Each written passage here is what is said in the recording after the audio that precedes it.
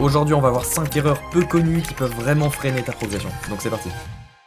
J'espère que vous allez bien. 5 erreurs pour aujourd'hui qui ne sont pas très connues pour certaines. Je pense que vous avez vu sur les dernières vidéos que moi j'ai des points de vue assez différents de ce qui peut se dire très souvent. Première erreur, ça va concerner l'échauffement. L'échauffement c'est super important.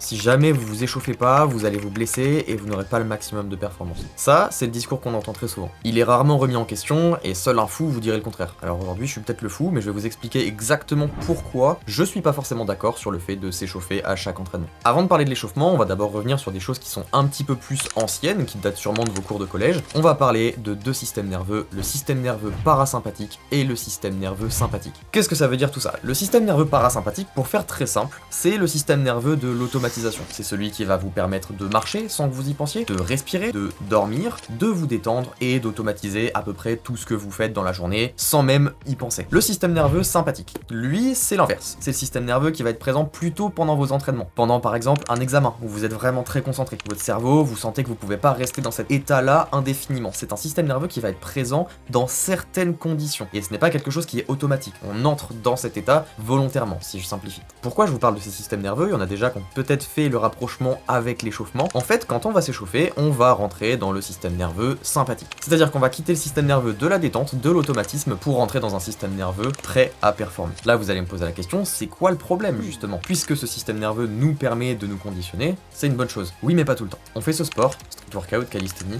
des planches, des front levers, ou même d'autres sports pour pouvoir le performer de manière générale, quand on veut, en ayant le plus de facilité possible, on veut que ça soit le plus naturel possible, on veut que ça soit le plus facile possible. On veut se sentir voler, en fait, on veut se sentir libre. En quelque sorte, on aimerait automatiser les circuits neuronaux qui nous permettent de planche ou de faire du front. Quel est le système responsable de la détente? Quel est le système qui va vous permettre de vous placer sur une planche, de vous placer sur un front lever en vous disant tiens, je sens rien du tout, ça me paraît ultra naturel, j'ai l'impression que je suis en train de marcher? C'est sûrement pas le système sympathique. Et c'est pour ça que ce système nerveux là, c'est super important de le prendre en compte. Le fait de vous échauffer à chaque fois, en fait, vous enlevez la possibilité à votre corps de pouvoir s'habituer à certains mouvements, de pouvoir les automatiser et de pouvoir se détendre pendant ces mouvements-là, pour en fait créer une sensation de facilité et donc construire plus de volume derrière. Donc s'échauffer, oui effectivement, ça prévient des blessures et ça permet des fois pour des gros power moves, pour des grosses séances, ça permet de gérer beaucoup de douleurs, beaucoup de blessures, beaucoup d'appréhension et de préparer votre corps. Mais si vous vous échauffez tout le temps, à la moindre figure, à chaque fois, vous ne laissez jamais l'opportunité à votre corps de travailler sur ce système nerveux parasympathique, vous ne laissez jamais l'opportunité à votre corps de vous montrer son plein potentiel. Le plein potentiel, c'est de pouvoir, sans s'échauffer, dans la rue, je vois un beau spot, c'est cliché, mais je fais une figure, hop, je sens rien, c'est bon, t'as pris la photo, tranquille, je poste sur Insta. On connaît tous ce genre de truc. Ça sera possible avec le système nerveux sympathique. Les gens qui s'entraînent tout le temps sur le système nerveux parasympathique vont avoir besoin d'une heure et demie d'échauffement avant de pouvoir performer correctement. Donc, faut trouver le compromis. Maintenant, si vous voulez trouver exactement le compromis et comment l'utiliser, je fais ma petite pub, je vous invite à prendre un coaching parce que les informations que je suis en train de vous donner là, des informations qui sont absolument exclusives et j'ai vraiment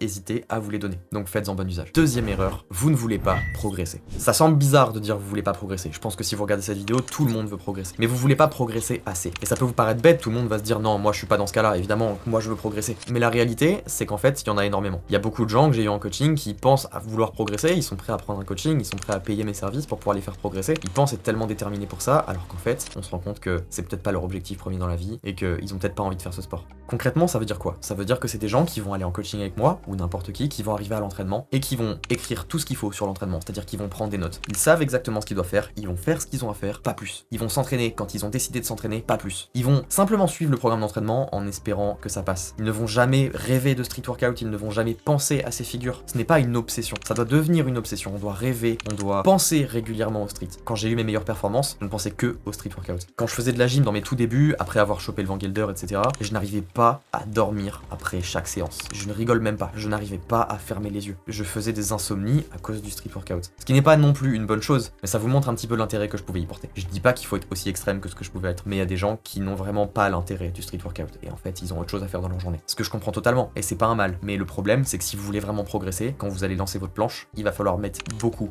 d'intention, beaucoup de motivation. Il faut que toute votre journée soit concentrée autour de ça, si vous voulez avoir la meilleure progression possible. Alors, je dis pas qu'il faut être si extrême, on peut avoir une très bonne progression sans être aussi extrême, mais par contre, il y a beaucoup trop de gens qui sont sur l'extrême opposé, qui pensent que sans penser au street workout, sans prendre en compte le mental, ils vont naturellement progresser s'ils ont ma bonne méthode d'entraînement. Malheureusement, ça marche pas comme ça. Je vous laisse repenser à tout ça. Troisième erreur, partir défaitiste. Elle est assez simple, mais malheureusement il y a beaucoup de gens qui le font. Ça va être super court. J'entends énormément de gens me dire ah aujourd'hui mon entraînement il va pas être terrible parce que j'ai vraiment mal dormi, je sais pas si je devrais m'entraîner. Ah hier j'ai vraiment mangé n'importe quoi, je pense que mon entraînement aujourd'hui il va pas être terrible. Ce matin je me sentais vraiment fatigué. Ou ce matin je me suis coincé le petit doigt de pied dans la table, ça va pas être terrible pour l'entraînement. Ça c'est déjà partir défaitiste. Ah j'ai fait ma première planche, la première planche c'était pas terrible, mon entraînement il va être éclaté. Non, pas forcément. Et le pire c'est j'ai mal dormi donc mon entraînement va être pourri. Mais pas du tout. Pourquoi votre entraînement serait pourri juste parce que vous avez mal dormi? J'ai fait mes pires trainings avec 12 heures de sommeil, j'ai fait mes meilleurs trainings avec 2 heures de sommeil.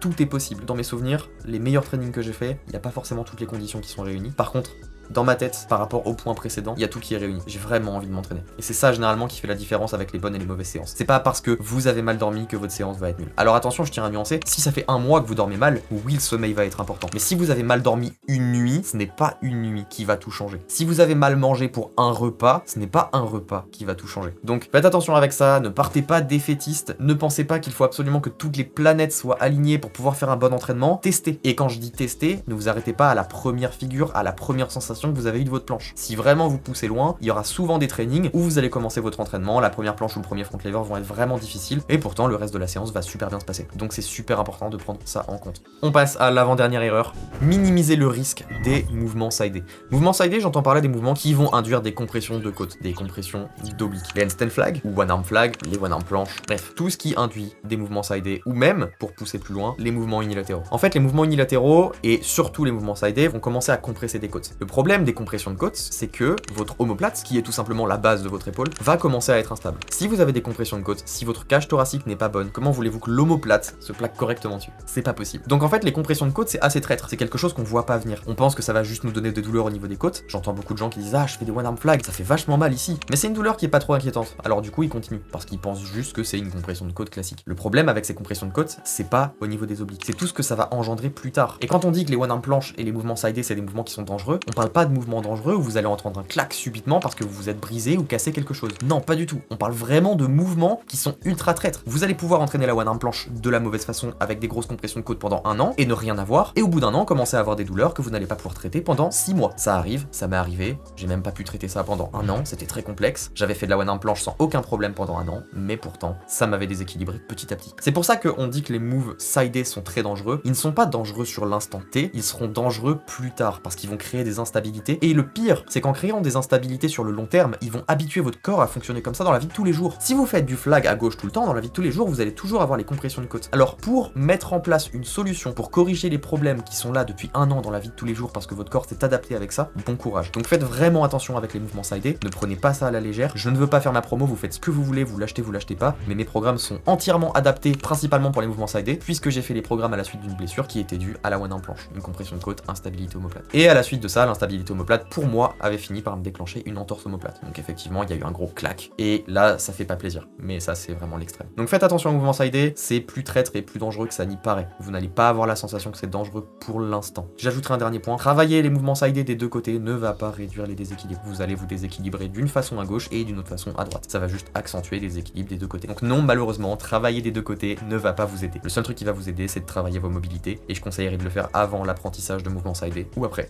si vous voulez reconstruire les dégâts. 5e erreur, comprendre les techniques de base de chaque mouvement. C'est quelque chose qui commence à être pas mal compris, surtout en calisthénie et en street workout. En gymnastique, c'est encore autre chose, bien que ça progresse tranquillement. J'entends par là la protraction en planche, la rétraction en front lever. C'est quelque chose de simple, mais pourtant, il y en a encore qui font l'erreur d'essayer d'aller plus vite, de passer sur une phase de rétraction en planche. Alors je ne dis pas qu'il faut avoir une super protraction dès le début, mais il faut quand même éviter d'avoir les omoplates qui viennent se toucher en planche ou les omoplates complètement desserrées en front. Essayez d'éviter d'être à l'extrême, parce que je vous garantis qu'à corriger, vous allez devoir revenir très loin en arrière, et ça va être tellement frustrant que beaucoup vont arrêter à cause de ça. Faites les choses bien dès le début, parce que non seulement en termes de progression ça va vous freiner, mais aussi en termes de blessure, parce que vous vous doutez bien que si j'ai parlé de cage thoracique pour l'omoplate tout à l'heure, en termes de stabilité, c'est aussi valable dans l'autre sens. L'omoplate va aussi être responsable de sa propre mobilité sur la cage thoracique. Donc faites les choses bien en fonction des mouvements. Heureusement, voilà, ça commence à être bien démocratisé de ce côté-là. Voilà, c'est vraiment la gym le problème pour l'instant, bien que ça soit vraiment mieux. Moi, je me souviens dans ma salle de gym du coup de l'année dernière. Même les coachs me disaient que quand j'étais pas suffisamment haut et que j'étais trop affaissé, ils avaient conscience que ce n'était pas bon. Donc ça avance tranquillement, mais c'est vrai qu'il y a quelques années c'était un peu compliqué, hein. En gym on voulait absolument soit plat,